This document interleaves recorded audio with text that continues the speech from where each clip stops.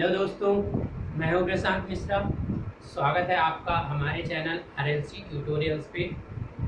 जैसा कि मशीन की जो सिंक्रोनस मशीन हमने स्टार्ट किया उसकी पहली लेक्चर हमने कल कवर कर लिया था। आज हम स्टार्ट करने वाले हैं इसका दूसरा लेक्चर। ठीक है, तो आज का जो लेक्चर है वो भी बेसिक और प्लस कंस्ट्रक्शन से रिलेटेड है। ठीक है, तो कल मैंने आपको बता दिया था कि किसी भी मशीन की स्टार्टिंग जब भी आप करते हैं तो पहले तो दो चीज़ों को फॉलो किया जाता है। ठीक है, तो पहले फॉलो क्या होता है कि एक आपका क्या होता है, आपकी फील्ड कॉइल्स होती हैं और दूसरी आपकी क्या होती है, रोटर वाइंडिंग्स। मतलब यहाँ पर कल थोड़ा सा क्लियर हो गया था, 5 मिनट बस इसे भी देख लेते हैं कि अगर रोटर वाइंडिंग की बात करते हैं और एक होता है आपका स्टेटर पार्ट। तो किसी भी रोटेटिंग मशीन में एक पार्ट रोटर होता है और रोटर पे आपकी क्या होती है, दोनों पे वाइंडिंग की जाती है। रोटर और स्टेटर दोनों पे वाइंडिंग की जाएगी। ठीक है, तो अब ये दो क्यों होते हैं, मैंने कल बताया था कि किसी भी मशीन से पढ़ने के लिए आपको फैराडे लॉ का यूज़ किया जाता है। ठीक है, स्पेशली किसी भी तरीके से फाइनली आप फैराडे लॉ तक ही पहुँचेंगे। तो आपको क्या चाहिए कि एक मैग्नेटिक फील्ड चाहिए और एक आर्मेचर कंडक्टर चाहिए और इन दोनों के बीच में रिलेटिव मोशन रखना होता है। तो इसी पर्पस को ध्यान में रखते हुए एक को रोटेट कराया जाता है और एक को फिक्स किया जाता है।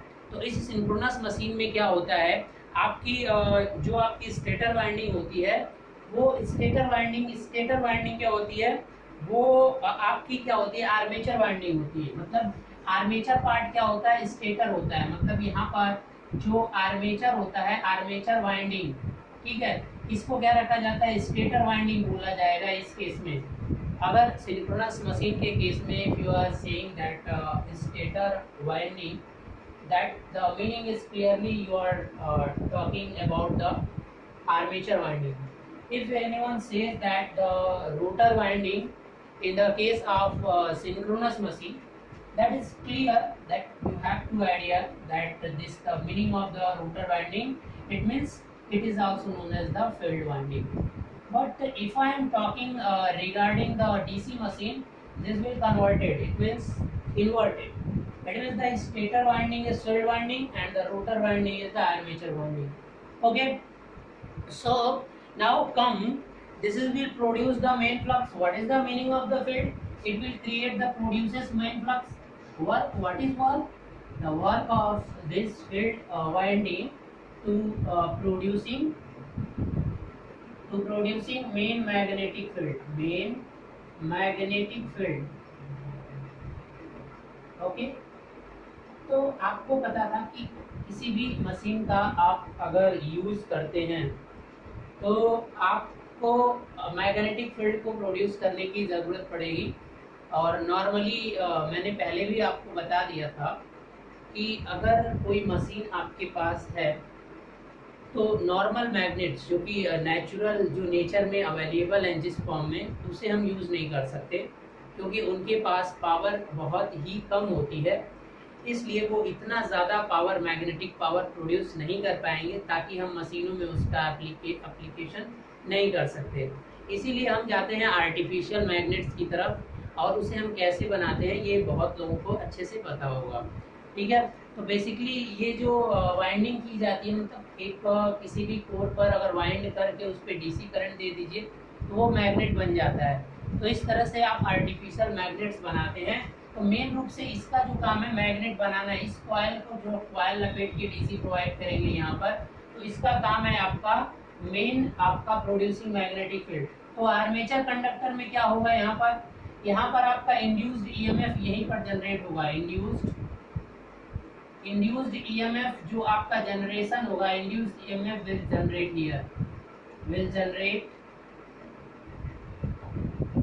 हियर, ठीक है।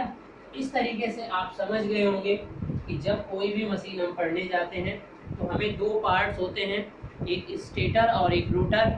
ठीक है, और दोनों पार्ट्स से रिलेटेड होता है एक आपकी फील्ड कॉइल और एक आर्मेचर कॉइल।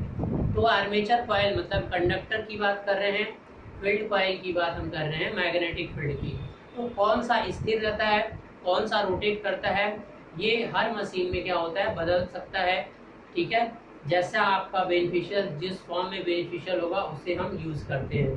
तो फिलहाल जब ये कंक्लूजन पिछले लेक्चर में हो चुका था कि यहाँ पर हम क्या करते हैं कि आर्मेचर वाइंडिंग को क्या करते हैं, फिक्स करते हैं। और प्रीवियस लेक्चर में ये भी कंफर्म हो चुका था कि why this is called synchronous machine. Synchronous machine बोलने का मतलब क्या होता है, तो जिन्होंने ये लेक्चर पिछला नहीं देखा वो एक बार देख लीजिएगा, वहाँ पर बहुत सारे इंट्रो मैंने दिखाया था। तो अब क्वेश्चन ये आता है कि ये किस तरीके से ऑपरेट करता है। तो उससे पहले हम एक चीज़ और समझ लेते हैं कि यहाँ पर हमने स्टेटर वाइंडिंग को क्या किया है, फिक्स किया है, मतलब स्टेशनरी पार्ट बनाया है और फील्ड को हम मूव करा रहे हैं। तो यहाँ पर क्या कुछ बेनिफिट हो रहा है, क्या क्या हमें बेनिफिट मिल रहा है, जबकि डीसी में इसके अपोजिट था। तो हमें देखना है कि बेनिफिट्स क्या होते हैं। कि अगर आपने यहाँ पर क्या किया कि स्टेटर वाइंडिंग आर्मेचर वाइंडिंग को आपने स्टेशनरी बनाया है, यानी जो आर्मेचर वाइंडिंग है, आर्मेचर वाइंडिंग बोलिए या कंडक्टर्स बोला जाता है, आर्मेचर वाइंडिंग को आपने क्या बनाया है, आर्मेचर वाइंडिंग क्या है यहाँ पर, इज स्टेशनरी।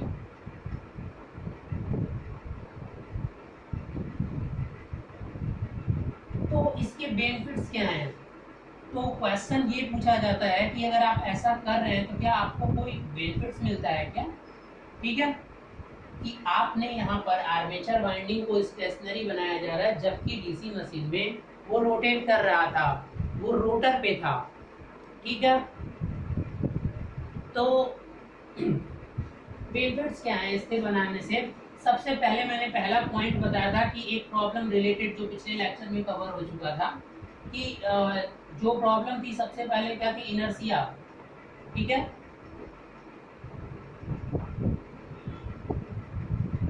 तो जो इनर्शिया होता है आपको पता है क्या होता है सबको, तो इनर्शिया क्या होगी आपको लगेगी ही नहीं, क्योंकि अगर इतना वेट, बहुत बड़ी बड़ी मशीनों से आप डील करने वाले हो, अपने माइंड में छोटी मशीनें मत देखना।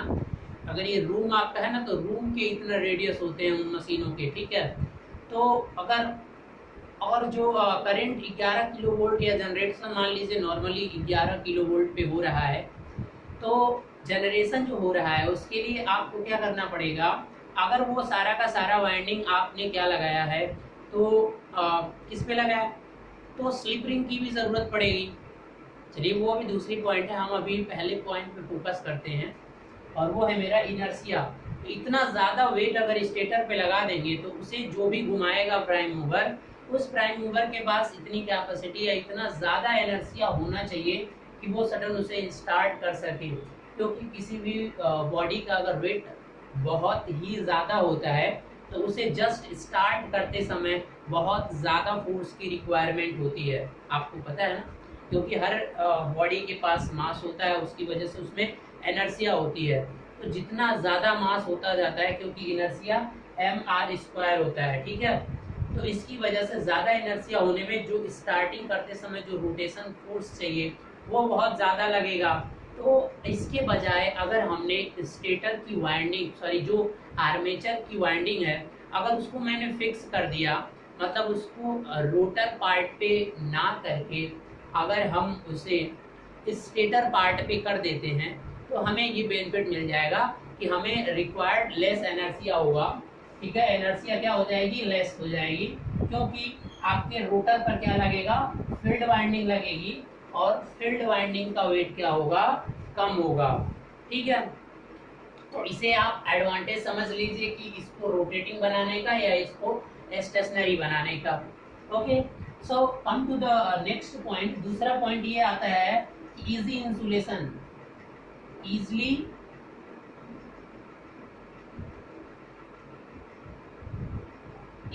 इंसुलेशन या इजी इंसुलेशन कर दीजिए, इजी इंसुलेशन। देखिए जब भी इसका यूज कहाँ पे कर रहे हैं, ये मशीन मैक्सिमम जो यूज होती है अल्टरनेटर होता है। तो जनरली जो यूज होता है 11 किलो वोल्ट से 30 किलो वोल्ट, 11 किलो वोल्ट से 30 किलो वोल्ट तक जनरेशन होता है। तो मैक्सिमम जनरेशन ये इतने पे करते हैं। तो 11 किलो वोल्ट जब जनरेट होगी तो वाइंडिंग की जाती है ना फ्रेंड्स, फ्रेंड्स, अगर आपको इंड्यूस्ड ईएमएफ फाइंड करना है तो आपको एक वाइंडिंग बनानी पड़ती है। तो वो वाइंडिंग कैसे बनाते हैं, स्टेटर पार्ट पे जो आर्मेचर कंडक्टर्स ऐसे थोड़ी ना लगा दिए जाते हैं, कुछ रूल होता है, कुछ प्रोसीजर होता है, that is known as the winding method. तो इस तरह से कुछ स्लॉट्स बनाए जाते हैं और उसमें कुछ कंडक्टर्स पुट किए जाते हैं। तो सारे कंडक्टर्स क्या होते हैं कि उसमें केवल मैग्नेटिक कनेक्शन होना चाहिए, इलेक्ट्रिकल कोई भी कनेक्शन नहीं होता है वायर्स का। इसके लिए जो भी वायर्स होते हैं उस पर आप वार्निश लगाते हो, और फिर जब भी स्लॉट्स में डाले जाते हैं तो उसके नीचे कोई इंसुलेटर लगाया जाता है, मतलब या तो प्लास्टिक या तो कोई पेपर, इंसुलेशन पेपर लगाया जाता है। तो अगर ये जो भी है, तो यहाँ पर इंसुलेशन करने के लिए, क्योंकि ये पार्ट रोटेटिंग नहीं कर रहा है, फिक्स है, तो इसलिए इंसुलेशन करते समय हमें ज़्यादा प्रॉब्लम्स नहीं होगी। हम आराम से इंसुलेशन ज़्यादा से ज़्यादा वोल्टेज, मतलब यहाँ तक क्या 30 किलो वोल्ट तक भी हम आराम से क्या कर सकते हैं, आराम से उसको इंसुलेशन कर सकते हैं, क्योंकि वोल्टेज लेवल पे ही इंसुलेशन डिपेंड करता है। तो इंसुलेशन लेवल बहुत आराम से किया जा सकता है अगर आपने आर्मेचर कंडक्टर्स को स्टेटर पे बाउंड किया है। ठीक है, स्टेटर का मतलब स्टेशनरी बना के उसे रखा है। तो और तीसरा पॉइंट, अगर ये इजीली इंसुलेशन हो रहा है तो मतलब क्या होगा, इजी कूलिंग भी हो जाएगा। इजी कूलिंग मतलब गर्म होता है ना, वाइंडिंग में लॉसेस होंगे जिसकी वजह से क्या होता जाएगा, हीट होता जाता है। तो आप उस कंडक्टर को बहुत ही आसानी से क्या कर सकते हो, कूलिंग प्रोवाइड करा सकते हो अगर वो स्टेशनरी है। तो अगर रोटेटिंग है तो फिर डिफिकल्ट हो जाता है थोड़ा सा आपको उसे ठंडा करने में। मशीन को ठंडा करने के लिए आप अगर वो स्टेटर पार्ट पे कंडक्टर्स हैं तो थोड़ा सा डिफिकल्टी आ जाएगी, और यहाँ पर चूंकि वो स्थिर है तो इसलिए बहुत आसानी से ये दोनों चीज़ें प्रोवाइड हो जाती हैं। तो सबसे मेन अगर बात करें तो हम इंसुलेशन की बात आती है, ये बहुत बड़ा एडवांटेज यहाँ से निकल कर आता है। तो इसके डीपली में इतना नहीं जाना है, इतना आप समझ लीजिए कि इंसुलेशन क्या हो जाएगा। और इंसुलेशन को प्रोवाइड करते समय स्टार डेल्टा कनेक्शन भी होता है। तो नॉर्मली जो मशीनें हैं अगर उसको स्टार में हमने कर दिया, देखिए तो मैक्सिमम स्टार में ही होगा। ये वाइंडिंग जो होती है ना स्टार कनेक्टेड, क्योंकि 3 फेज की वाइंडिंग्स हैं तो या तो वो स्टार और या तो डेल्टा, दो में बनाई जा सकती हैं। तो स्टार में बनाने से हमें और फायदा मिल जाता है, क्योंकि इसका जो फेज वोल्टेज होता है वी फेज, वो लाइन का क्या होता है, √3, मतलब कुछ कम होता है लाइन से। तो इसलिए इसमें जितना वोल्टेज कम होगा उतना ही आपको इंसुलेशन लेवल कम करना पड़ेगा, क्योंकि इंसुलेशन डायरेक्टली प्रोपोर्शनल करता है आपके वोल्टेज पे। वोल्टेज और किसी भी पावर सिस्टम में वोल्टेज हमेशा इसीलिए कांस्टेंट बनाया जाता है। चलिए अब अगर नेक्स्ट बात करते हैं तो यहाँ पर बेटर कूलिंग हो गई। इजी से बढ़िया इसको बेटर लिख लो, क्योंकि अगर आप नोट्स बना रहे हो प्रॉपर तो क्या होता है कि यहाँ पर अगर मैं कुछ वर्ड्स लिखता हूँ तो बाद में कोई सारे लोग उस वर्ड्स को भी केयर करते हैं, तो डज नॉट मैटर, लेकिन आप समझ जा रहे हो बस इतना बेटर है। ठीक है, चलिए अब आउटपुट करंट आपको देखिए। अब यहाँ पर सबसे बड़ी कि आपको ब्रशेस कांटेक्ट, ब्रश का कोई कांटेक्ट नहीं होगा, not required brushes contact, not required, not required brushes to collect load current, to collect load current। इसका मतलब क्या है, जरा सा इसको समझने के लिए मैं बताता हूँ कि जो भी वाइंडिंग होती है लास्ट में स्टेटर से डायरेक्ट लोड को कनेक्ट कर दिया जाता है।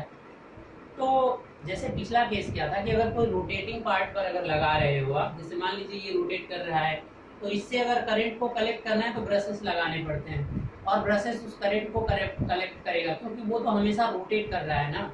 तो एक ऐसा मैकेनिज्म प्रोवाइड कराना पड़ेगा ताकि आप करंट को कलेक्ट कर सको।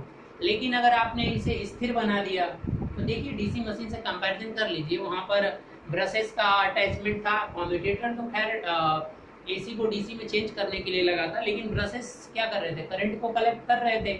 लेकिन यहाँ पर जो लोड कनेक्ट होगा वहाँ पर किसी ब्रशेस की रिक्वायरमेंट नहीं होगी, क्योंकि डायरेक्ट वहाँ से वायर लेकर और डायरेक्ट, क्योंकि ये पार्ट स्थिर है, ये आपका आर्मेचर कंडक्टर सब स्थिर है, तो ये बहुत बड़ा एडवांटेज मिलता है कि किसी भी ब्रशेस की जरूरत नहीं पड़ेगी, डायरेक्ट आप उससे लोड को कनेक्ट कर दोगे। ठीक है, लोड को कलेक्ट करने के लिए किसी भी ब्रशेस कॉन्टैक्ट की जरूरत नहीं पड़ती है।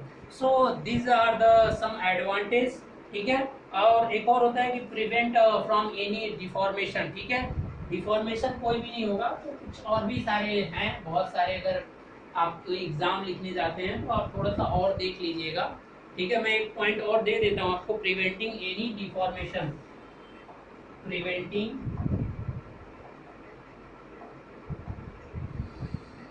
एनी डिफॉर्मेशन, ठीक है। कोई भी डिफॉर्मेशन से बच जाता है, क्योंकि ये पार्ट स्थिर कर रहा है। आप खुद एक बार थोड़ा सा गंभीर होकर इसे सोचिएगा कि अगर ये जो पूरा का पूरा कंडक्टर अगर स्थिर बना रहे हैं, एक आध एनिमेशन अगर जिसने देखा होगा या जो इस मशीन को नज़दीक से देखा होगा, बड़ी बड़ी मशीनें कहीं भेल या कहीं जाकर, तो बहुत आसानी से समझ सकता है। तो खैर इम्पोर्टेंट एग्जाम से नहीं, कभी कभी छोटे छोटे क्वेश्चंस जेईई के एग्जामिनेशन में यहाँ से आ जाते हैं कि अगर आप आर्मेचर कंडक्टर को स्थिर बनाते हो तो आपको क्या फ़ायदा मिलता है सिंक्रोनस मशीन में, ठीक है। और ये भी पूछता है कि सिंक्रोनस मशीन में कौन सा पार्ट रोटेट करता है और कौन सा पार्ट फिक्स होता है, मतलब स्टेटर पार्ट कौन सा होता है, रोटेटर कौन सा होता है। तो ये सारे के सारे यहाँ से क्वेश्चन बनते हैं। तो चलिए, बेनिफिट्स आपने देख लिया। अब हम बढ़ते हैं कि आखिर कैसे ये ऑपरेट होता है। थोड़ा सा अब इसके बेसिक कंस्ट्रक्शन की तरफ बढ़ने की कोशिश करते हैं। बेसिक पार्ट्स तो बहुत हो गए, अब हम कंस्ट्रक्शन की तरफ बढ़ने की कोशिश करते हैं। और यहाँ पर आप लोगों से एक बात बता दे रहा हूँ कि अगर जितना भी आप लोगों से ये वीडियो शेयर हो सकता है उतना शेयर करते रहिए, ठीक है। और बाकी अगर कोई स्टूडेंट जिसे अच्छा लगता हो ये वीडियो, तो बहुत ही मिनिमम कॉस्ट है, ठीक है। आप बहुत छोटा सा अमाउंट पे करके सारे वीडियोस को देख सकते हैं, ठीक है। चलिए, और डिस्क्रिप्शन में मैं आपको अपना नंबर ज़रूर प्रोवाइड करा दूंगा, तो आप मुझसे कांटेक्ट कर सकते हैं। चलिए, अब हम कंस्ट्रक्शन के पार्ट पे आते हैं। तो देखिए किया क्या जाता है। सिंपल सी मशीन है। एक आपका क्या होगा, ये मान लीजिए कि स्टेटर, एक जनरल व्यूज बना रहा हूँ, इतना कोई डिजाइन नहीं समझने के लिए आपको, ठीक है। ये आपका क्या हो गया, ये आपका एक स्टेटर पार्ट हो गया, ठीक है। और इसके अंदर क्या होगा, एक रोटर बना रहा हूँ। चलिए, दो पोल को मैं ले लेता हूँ। अब ये सारा का सारा कंस्ट्रक्शन इसी तरह से क्यों होगा अभी मैं बताऊंगा। अभी आपको बहुत सारी चीजें समझानी है, अभी तो स्टार्ट हो रहा है, ठीक है। देखिए, यहाँ पर क्या करिए कि कुछ कंडक्टर्स कर दीजिए। इसको मैग्नेट बनाना है ना बेटा, तो यहाँ से क्या करिए कि अब कंडक्टर ऐड कर दिया और यहाँ पर एक बैटरी लगा दीजिए, यानी डीसी सोर्स लगा देना होता है। तो यहाँ पर मान लीजिए कि किसी तरीके से यहाँ पर नॉर्थ जनरेट कर दिया आपने, ये साउथ कर दिया। अब ये क्या हो गया, और बीच में इसको एक शाफ्ट के थ्रू कनेक्ट कर दीजिए ताकि इस पॉइंट से ये घुमा सकते हैं हम इसे। अब एक प्राइम मूवर लगाकर इस मैग्नेट को क्या किया जाएगा, घुमाया जाएगा। तो जब ये मैग्नेट इसमें घूमेगा तो ये क्या करेगा, इसका मैग्नेटिक फील्ड भी घूमेगा। पूरा का पूरा मैग्नेट घूम रहा है और वो किस स्पीड से घुमाया जाता है, यहाँ पर सिंक्रोनस स्पीड से। और वो सिंक्रोनस स्पीड क्या होती है, 120F divided by number of pole. तो जब इस स्पीड से NS से इसे घुमाओगे तो ये जो फ्लक्स क्रिएट हो रहा है, ये फील्ड यानी ये फ्लक्स भी क्या करेगा, phi also will rotate at synchronous speed, ठीक है। तो अगर फ्लक्स भी इस सिंक्रोनस स्पीड से इस एयर गैप में रोटेट करेगा, ये एयर गैप होगा, और बाकी इस पे ऊपर जो यहाँ पर स्टेटर वाला पार्ट है, यहाँ पर अब कंडक्टर लगा दिया जाएगा, 3 फेज वाइंडिंग कर दी जाएगी। तो जैसे ही ये 3 फेज वाइंडिंग की जाएगी, तो देखिए बेसिक ओवरव्यू दिखा रहा हूँ, तो आप परेशान मत होइएगा। मान लीजिए ये आपका R फेज हो गया, ये आपका Y फेज और ये B, 3 फेज की मशीन है। तो अब ये जो है ये एयर गैप है। तो इस एयर गैप में अगर कोई फ्लक्स जनरेट हो रहा है, और ये फ्लक्स अब क्या हो रहा है, रोटेटिंग नेचर है, RMF, यानी ये जो फ्लक्स जनरेट हो रहा है ये क्या हो गया, रोटेटिंग मैग्नेटिक फील्ड यहाँ भी जनरेट होता है। और ये रोटेटिंग मैग्नेटिक फील्ड यहाँ पे हमेशा सिंक्रोनस स्पीड से ही क्या करता है, रन करता है। तो उसकी वजह से अगर फ्लक्स भी जनरेट हुआ और फ्लक्स ने भी इसमें घूमना शुरू किया, तो अब फ्लक्स में बार बार वेरिएशन हो रहा है, चेंजेस हो रहा है ना बेटा। तो उसकी वजह से इस कॉइल्स में क्या होगा, एक इंड्यूस्ड ईएमएफ जनरेट होगा। ठीक है, तो वो इंड्यूस्ड ईएमएफ जनरेट कैसे होगा, और यहाँ पर जो बेसिक प्रिंसिपल होगा, देखिए इंड्यूस्ड ईएमएफ जो जनरेट होगा वो क्या होगा, VBL, कुछ इस तरह का। जब कोई भी अगर कोई भी इस तरह का कंडक्टर, ध्यान से देखिएगा, क्योंकि यहाँ पर रोटेशनल ईएमएफ जनरेट होता है, यहाँ जो ईएमएफ जनरेट होता है, यहाँ रोटेशनल ईएमएफ जनरेट होता है, rotational EMF will generate. Transformer में ऐसा नहीं होता है, ट्रांसफार्मर में आपका स्टैटिकली इंड्यूस्ड ईएमएफ जनरेट होता है, इसलिए वहां पर इस फॉर्मूले से हमने कभी दिखाया नहीं था, बता रहा हूं अभी। मान लीजिए कि ये आपका क्या हो गया, मैग्नेट ले लीजिए कोई, नॉर्थ और सॉरी ये कंडक्टर ले लीजिए, तो कंडक्टर को घुमा रहे हैं, चलिए किसी एक को घुमाइए। मान लीजिए कि यहाँ पर ये मैग्नेटिक फील्ड्स हैं, तो अगर इस मैग्नेटिक फील्ड में इसको रख दीजिए, कंडक्टर है बेटा ये, और ये एक मैग्नेटिक फील्ड रख दिया, इस मैग्नेटिक फील्ड को मैंने B मान लिया, और ये एक कंडक्टर है जिसकी लेंथ क्या है, L है। अब इसको हम V वेलोसिटी से, मान लीजिए इस डायरेक्शन में V वेलोसिटी से क्या कर रहे हैं, एक पॉइंट के थ्रू इसको या इसी के चारों तरफ ऐसे घुमाइए रोटेट में, या इसी को इसमें आगे की तरफ शिफ्ट करिए। तो जैसे ही आगे की तरफ शिफ्ट करेंगे तो इसमें क्या होगा, एक प्लस प्लस प्लस समथिंग करके और माइनस माइनस, एक इंड्यूस्ड ईएमएफ इसके अंदर जनरेट हो जाता है। अगर इस कंडक्टर को किसी भी मैग्नेटिक फील्ड में जब रोटेट किया जाता है v वेलोसिटी से, तो उस कंडक्टर में एक इंड्यूस्ड ईएमएफ जनरेट होता है, और उसे बोलते हैं रोटेशनल इंड्यूस्ड ईएमएफ। तो यहाँ पर जो जनरेट होगा ईएमएफ वो रोटेशनल जनरेट होता है, और ट्रांसफार्मर में जो जनरेट होता है वो स्टैटिकली इंड्यूस्ड ईएमएफ जनरेट होता है। ये बात थोड़ा सा आप क्लियर करिएगा। तो जो ये रोटेशनली मतलब रोटेशनल इंड्यूस्ड ईएमएफ होता है, उसका फार्मूला इससे प्रोवाइड किया जाता है। वेलोसिटी है ये v, जो है कंडक्टर की वेलोसिटी है। तो यहाँ पर थोड़ा सा अपोजिट केस है, आपका ये मैग्नेटिक फील्ड मूव कर रहा है और कॉइल स्थिर है, लेकिन फार्मूला तब भी यही होगा। दोनों में से कोई भी सापेक्ष गति अगर होगी तो ये फार्मूला रोटेशनल, आप ईएमएफ अगर फाइंड कर रहे हैं तो आपके लिए यही होगा। ठीक है, तो अगर रोटेशनल ईएमएफ इस तरीके से आप निकाल रहे हैं, ठीक है, तो एक और पॉइंट यहाँ पर था। ठीक है, चलिए ठीक है, कोई नहीं, रोटेशनल, अच्छा इसका एक नाम देखना था। ठीक है, इसका एक और नाम मतलब क्या है, डायनामिकली इंड्यूस्ड ईएमएफ बोलते हैं, और ट्रिपल से डायनामिकली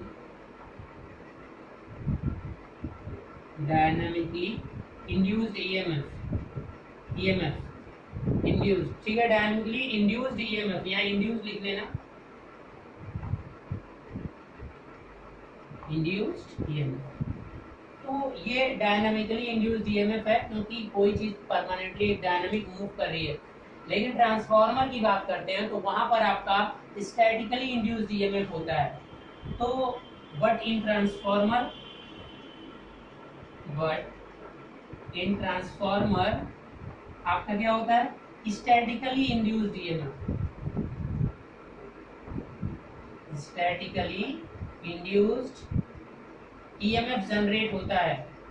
ये भी क्वेश्चन कभी कभी आया हुआ है। तो यहाँ पर जब भी आप करते हो देखो -d∅dt, ठीक है, नंबर ऑफ टर्न्स यहाँ पर कर दीजिए तो n, और चलिए यहाँ माइनस लगा दीजिए, तो इधर थोड़ा सा e is equal to minus, क्योंकि ये लेंज लॉ को फॉलो करता है।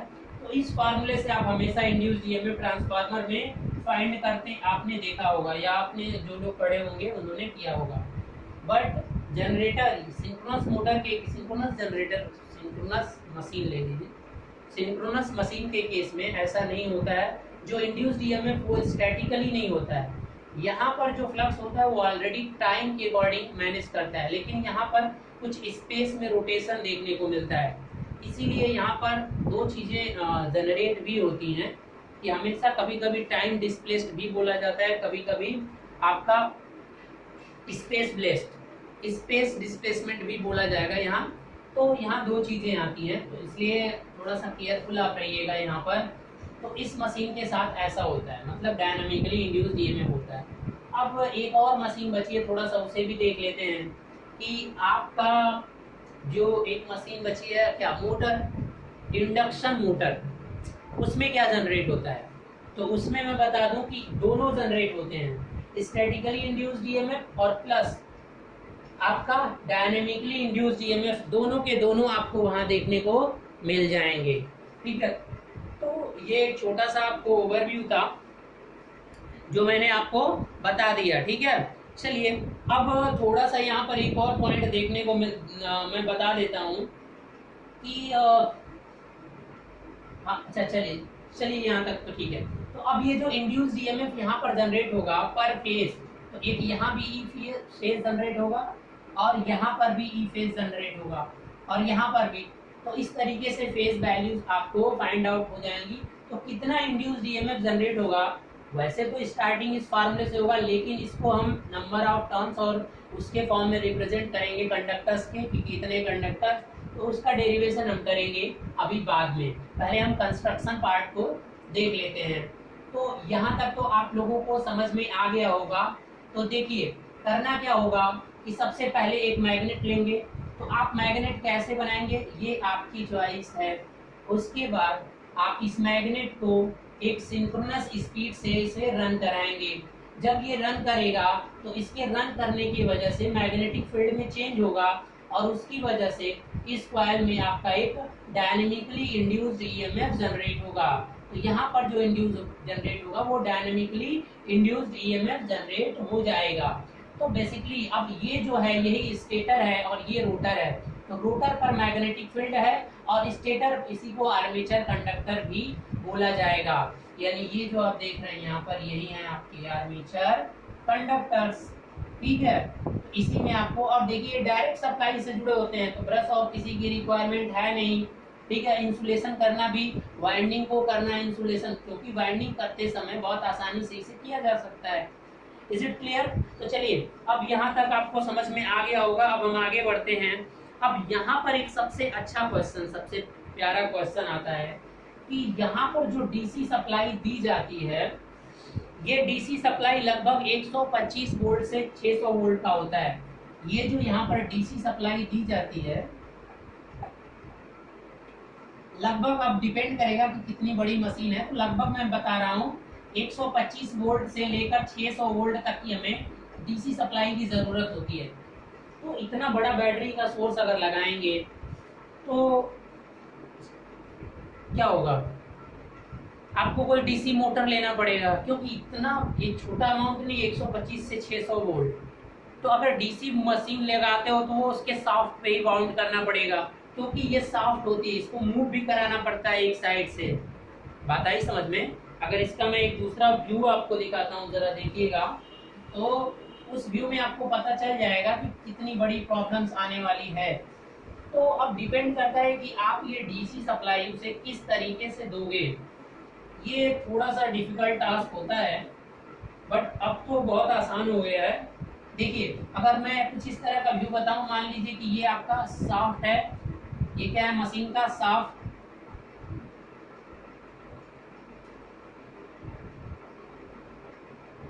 तो शाफ्ट के ऊपर क्या होगा, कुछ कंडक्टर्स बाउंड होंगे। मान लीजिए कि इस तरह से आपने किस तरीके से किया, डज नॉट मैटर, भी बताऊंगा। ये आपके कंडक्टर्स हैं, फील्ड कॉइल्स हैं। ये जो आपने इसके चारों तरफ किया है, ये क्या है आपका, फील्ड कॉइल्स। फील्ड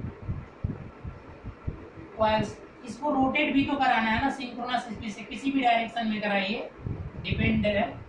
तो बस फेज उधर पोलैरिटी बदल जाएगी, RYB से अगर दूसरी साइड कर दोगे तो उधर पोलैरिटी जो मिलती है 3 फेज की वो बदल जाएगी। तो अगर आप NS स्पीड से इसे घुमाओगे तो अब इसी के चारों ओर इधर होता है ना, कुछ इधर वाले पार्ट में थोड़ा सा ये गैप रहेगा, इतना गैप प्रोवाइड किया जाएगा, और इसके इधर आपके इसके इधर ये स्टेटर वाइंडिंग होगी। ये क्या होगी, स्टेटर वाइंडिंग, इधर भी होगा। तो ये आपका अटैच होगा कहीं दूसरी तरफ से। ठीक है, तो इस तरह से आपका एक क्रॉस सेक्शन व्यू आपको मैं दिखा रहा हूँ। देखिए इतना इसको कट कर दीजिए, तो फिर इस तरीके से आप समझ सकते हैं कि पहले आपका फील्ड वाइंडिंग, तो इस फील्ड वाइंडिंग को एक डीसी सप्लाई देनी है। तो अगर डीसी सप्लाई दोगे, तो अगर एक डीसी मशीन को इसी पर वाउंड करोगे यहाँ पर शाफ्ट में, तो इसका वेट तो फिर बढ़ेगा ना, और कॉम्प्लेक्सिटी भी बढ़ती है। क्योंकि एक सप्लाई अगर मान लीजिए कि ये डीसी मोटर आपने यहाँ लगा दिया, डीसी जनरेटर, तो डीसी जनरेटर घूमेगा तो ये डीसी जनरेटर इस पे बाउंड कर दिया और इससे आप इसको फिर सप्लाई दे दीजिए, क्योंकि बैटरी तो नहीं लगाया जा सकता ना 600 वोल्ट का। तो तरीके क्या क्या है वो देखिए। पहले क्या होता था, तो पहला ऑप्शन ये है कि इसी पे डीसी मोटर मोटर बार बार बोल रहा हूँ, आप इसी के शाफ्ट पे एक डीसी जनरेटर माउंट करिए और वो सब माउंट हो जाएगा, उससे जो सप्लाई निकलेगी वो सप्लाई फिर इसी को दे दीजिए, ठीक है। तो उसकी वजह से इसमें इंड्यूस्ड ईएमएफ, तो देखिए यहाँ पर ये जो है आपका ये डबल एक्साइटेड सिंक्रोनस मशीन जो है या सिंक्रोनस मोटर जब बात करें तो यहाँ पर डबल एक्साइटेड नहीं बोल सकते, एक्साइटेशन तो एक ही है और यहाँ पर आपका इंड्यूस्ड ईएमएफ जनरेट हो रहा है। तो अब इस तरीके से बड़ा डिफिकल्ट हो जाता है एक बहुत बड़ा मोटर, क्योंकि मोटर जो होता है एक मोटर के लिए दूसरा, एक जनरेटर के लिए दूसरा जनरेटर उसके शाफ्ट पे माउंट करना बड़ा डिफिकल्ट टास्क होता है, और साथ में इनर्शिया भी बहुत ज़्यादा हो जाएगी फिर तो रोटर पार्ट की। तो इसीलिए अब हम देखते हैं कि methods supply to DC power field winding, तो कौन कौन से मेथड्स हैं वो जरा आप देखिए। तो मेथड्स यहाँ पर हम कवर करने की कोशिश कर रहा हूँ मैं। कौन सा मेथड आप समझ गए होंगे कि methods to provide DC power, methods to provide DC power to field. देखिए सबसे पहला जो मेथड होता है कि आप क्या करिए, एक एक्सटर्नल क्या करिए डीसी सोर्स लगाइए,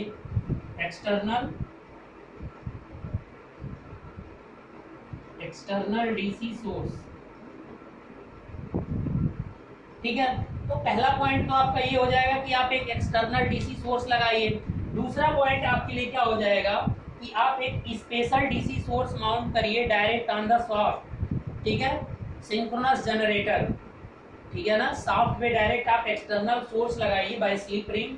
तो यहाँ पर जब एक्सटर्नल मतलब इसके शाफ्ट पे नहीं माउंट कर रहे हैं, ये एक्सटर्नल डीसी सोर्स लगाना है, तो अगर ऐसा करोगे, ठीक है, तो इसके लिए आपको क्या रिक्वायरमेंट होगी, एक तो स्लिप रिंग चाहिए, क्योंकि जब रोटेटिंग पार्ट से जब भी डील करना होगा तो स्लिप रिंग, और क्या चाहिए फिर ब्रशेस रिक्वायरमेंट होंगे। तो इस केस में आपको ये रिक्वायरमेंट होगा। या तो आप क्या करिए कि डायरेक्ट आपको शाफ्ट पे जो भी माउंट करना है डायरेक्टली कोई भी डीसी सोर्स आप डायरेक्टली कहाँ करिए, माउंटेड ऑन शाफ्ट। तो अगर डायरेक्टली वो शाफ्ट पे माउंट होगा तो फिर स्लिप रिंग और ब्रशेस की कोई भी रिक्वायरमेंट नहीं होगी, तो ये आपको फायदा मिल जाएगा डायरेक्ट माउंट करने से। तो क्या किया जाता है जरा सा ध्यान से देखिए। अब इस मेथड में जो लेटेस्ट यूज किया जा रहा है वो यहाँ पर इंड्यूस्ड ईएमएफ जनरेट होगी ना बेटा, यहाँ पर आपका ईएमएफ जनरेट होगा, इसी करंट को थोड़ा भाग रेक्टिफाई करके फिर इसको दे दिया जाता है। बात आई समझ में। एक आपका क्या लगाया जाएगा, स्टेटर, यहाँ से आपको इंड्यूस्ड ईएमएफ फिर इसमें दे दिया जाएगा। तो इसके जो मेथड्स हैं इससे क्वेश्चंस तो नहीं आते हैं, लेकिन अगर आप चाहिए तो मैं उसे कवर कर दूंगा, कोई फायदा नहीं होगा, ठीक है। तो यहाँ एक क्वेश्चन जरूर आता है कि जब आप एक्सटर्नल से प्रोवाइड कराओगे यहाँ पर डीसी, यहाँ पे फील्ड वाइंडिंग में अगर आपने एक्सटर्नल सोर्स से प्रोवाइड किया तो ये जो प्रॉब्लम आ रही है स्लिप रिंग और ब्रशेस की, तो इसके लिए क्वेश्चन है कि slip ring and brushes created some problem. तो इस पॉइंट से क्वेश्चन आता है कि अगर आप स्लिप रिंग यूज कर रहे हैं, slip ring and brushes create some problem, ठीक है। क्या प्रॉब्लम हो सकता है, अब इसे अगर लिखना है आपको तो डीसी मशीन की भाषा में आसानी से समझ सकते हो। डीसी मशीन में आपने देखा था कि जब ब्रशेस लग रहे थे तो क्या होता है कि आपका जो मेंटेनेंस था वो क्या हो जाएगा, इंक्रीज हो जाएगा। मेंटेनेंस क्या हो जाएगा, ज्यादा हो जाएगा, मतलब मेंटेनेंस क्या लगेगा, ज्यादा लगेगा, और भी सारी प्रॉब्लम्स हैं। और आपको क्या होगा कि ब्रशेस की चेक करना पड़ेगा रेगुलरिटी, ठीक है। आपको ब्रशेस को बार बार क्या करना पड़ेगा, जो ब्रशेस आप लगाओगे ब्रशेस को रेगुलरिटी क्या करना पड़ेगा, रेगुलर रेगुलरिटी चेक होना चाहिए, रेगुलरिटी चेकिंग होनी चाहिए आपकी ब्रशेस की एक समय के बाद, क्योंकि ब्रशेस घिसते जाते हैं और अगर वो घिसेंगे तो फिर करंट ज़्यादा से ज़्यादा कलेक्शन नहीं कर पाएंगे जहाँ से वो ले रहे होंगे। तो इसलिए बहुत ज़रूरी पड़ जाता है कि आपको बार बार उन्हें क्या करना, चेक करना पड़ेगा। और अगर ब्रशेस लगाते हो तो ब्रश ड्रॉप भी होता है, डीसी मशीन में आपने देखा होगा ब्रश, ठीक है, ब्रश ड्रॉप होगा। तो ये सारे के सारे आपको डिसएडवांटेज देखने को मिलते हैं। इसलिए क्या किया जाता है कि एक स्मॉल आपका सिंक्रोनस जनरेटर, ठीक है, कॉस्ट इफिशिएंट और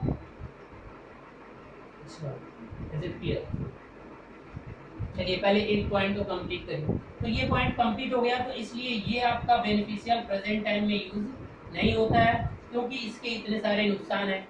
तो अब क्या करना है कि डायरेक्टली इसके शाफ्ट पे जो भी माउंट करना है तो माउंट कर दीजिए, तो इससे ये सारी प्रॉब्लम्स तो दूर हो जाएंगी। तो अब इसके लिए करेंगे क्या, इसके लिए आपको क्या किया जाएगा कि आप ब्रशलेस एक्साइटर यूज करेंगे, ठीक है। तो अब इसके लिए इसकी जो प्रोसीजर आगे बढ़ती है उसमें सबसे पहला पॉइंट आता है ब्रशलेस एक्साइटर, ये यूज किया जाता है। अब ये है क्या, ये ब्रशलेस एक्साइटर की बात क्या है कि आप ये क्या करिए कि जो सिंक्रोनस मशीन का जो मेन फील्ड जहां पर जा रही है, मतलब कुछ इस तरीके से अरेंजमेंट करना है कि यहाँ के सप्लाई को डीसी में कन्वर्ट करके और फिर इसको क्या कर दीजिए, प्रोवाइड करा दीजिए, ठीक है। अब डीसी करके अब सॉफ्ट की जरूरत नहीं बनेगी। देखिए एक पूरा का पूरा डायग्राम है, ये मैं आपको बना देता हूँ तो शायद आप समझ जाओगे, बट अगर यहाँ पर मैं टाइम वेस्ट कर रहा हूँ तो पहली बात याद रखिएगा कि ये एग्जाम और पॉइंट से इंटरेस्टेड नहीं है, लेकिन जो बहुत अच्छे से समझना चाहते हैं वो समझ लेंगे। इसमें भी प्रॉब्लम आती है। इसके बाद से जो सबसे रिसेंटली यूज किया जाता है, फिर आपको यूज किया जाता है पायलट एक्साइटर, ठीक है। तो इन दोनों में डिफरेंस क्या है, दोनों के डायग्राम मैंने बनाए हैं, तो अगर आप मुझसे कांटेक्ट करते हैं तो मैं आपको इसके क्या है कि जो फोटोज हैं वो सेंड कर दूंगा, क्योंकि अगर यहाँ पर बताते हैं तो कोई बेनिफिट्स नहीं है इसके, क्योंकि क्वेश्चन ये पूछा नहीं जाता है। बस ये पूछा जाता है कि रिसेंट में जो यूज होता है डीसी सप्लाई को प्रोवाइड कराने के लिए क्या यूज होता है। अब उसके बाद ब्रशलेस एक्साइटर, अब उसके बाद जो लेटेस्ट यूज होता है वो होता है पायलट एक्साइटर, ठीक है। एक्साइटर का मतलब जो डीसी को करंट देता है, जो एक्साइट करता है उसे एक्साइटर बोला जाता है। तो अब ये पायलट एक्साइटर क्या होता है, इसी से सप्लाई लेकर और फिर इसी को क्या कर देता है, प्रोवाइड करा देता है, ठीक है। मतलब इसी के कुछ पार्ट को इसमें यूटिलाइज कर लिया जाता है, जैसे आपको डीसी जनरेटर में किया जाता था, शंट वाले में उसी से जनरेट होता था, उसी से कर लिया जाता था। लेकिन इसे डीसी चाहिए, ये एसी होता है, तो 3 फेज क्या कर लिया जाता है, रेक्टिफायर यूज कर लिया जाता है। यानी एक रेक्टिफायर सर्किट यहाँ पर माउंट कर दिया जाता है इसके शाफ्ट पे, और वो फिर आराम से यहाँ प्रोवाइड कर लिया जाता है। अब ऐसा नहीं है कि ब्रशेस का कांटेक्ट नहीं होना चाहिए, तो ब्रशेस का कांटेक्ट ना हो इसके लिए देखिए, अगर यहाँ पर हैं तो कुछ लोग अगर सहमत होते हैं तो मैं यहाँ डायग्राम बना दूंगा, बट ये टोटल का टोटल बेनिफिशियल नहीं होगा। कितना टाइम बचा है देख लेते हैं।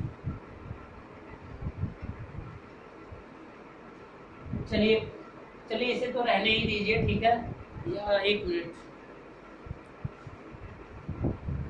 38 हो गया। चलिए बना देते हैं इसे, ठीक है, क्योंकि अभी दूसरा टॉपिक स्टार्ट भी तो नहीं हो पाएगा।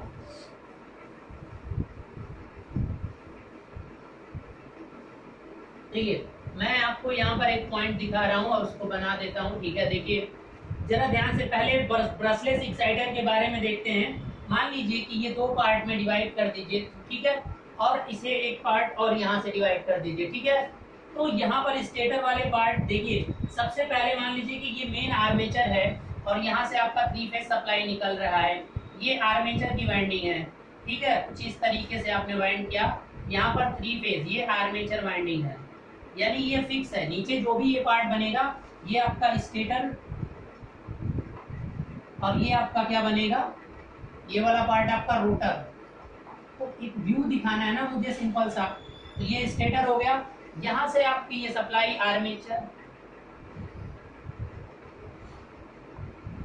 आर्मेचर वाइंडिंग, क्योंकि ये स्टेटर पे ही होती है तो स्टेटर पे बना हुआ है।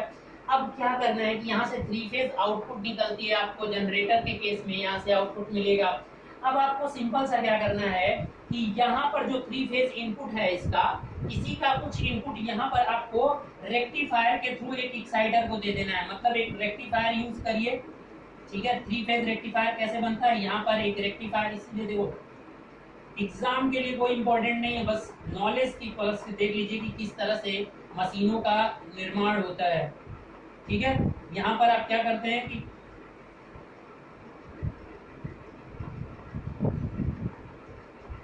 कुछ इस तरीके से ये 3 फेज आपका क्या बन गया, ये 3 फेज आपका बन गया। और यहाँ से आपको ये सप्लाई, यहाँ से जो सप्लाई है इसको दोगे, एक फेज यहाँ निकलेगा, दूसरा यहाँ, तीसरा।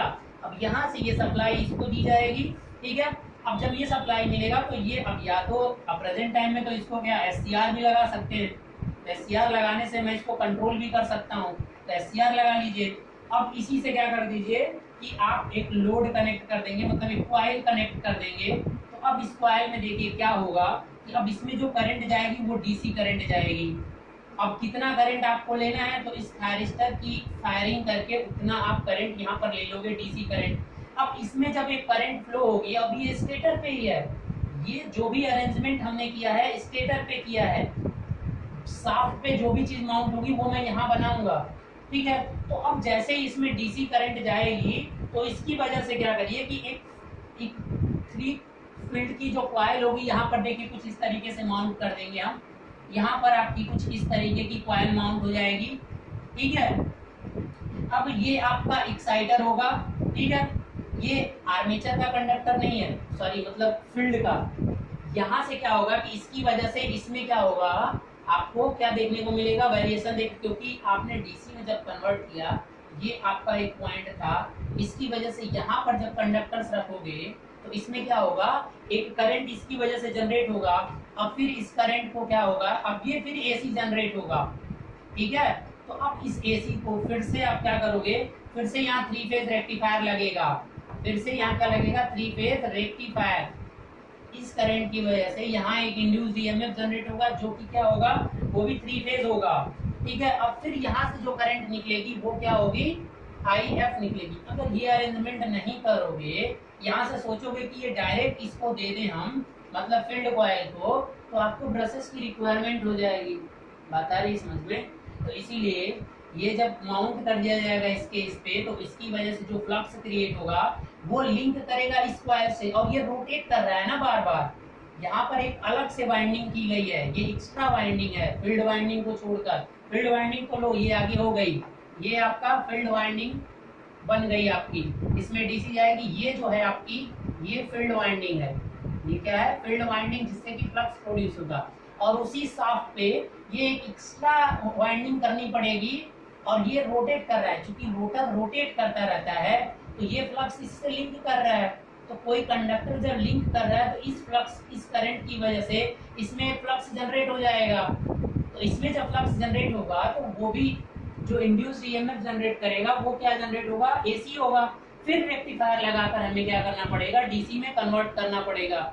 अब बोलोगे सर डायरेक्ट जब EC हो गया तो फिर एक बार ऐसा क्यों करना है। अगर इसको डायरेक्ट दोगे तो बेटा वही प्रॉब्लम हो जाएगी ना, ब्रशेस की जरूरत पड़ेगी, ठीक है। क्योंकि स्टेटर से रोटर को देना है, वो एक चीज घूम रहा है, तो आप किसी मैकेनिज्म का यूज करके दे दीजिए तो बेटर होता है। Is it clear. तो इस तरीके से प्रोवाइड की जाती है, इसे ही बोलते हैं, इसे ही आप बोलते हो, इसी को क्या नाम है, ब्रशलेस एक्साइटर। यही है आपका ब्रशलेस एक्साइटर, ब्रशलेस एक्साइटर।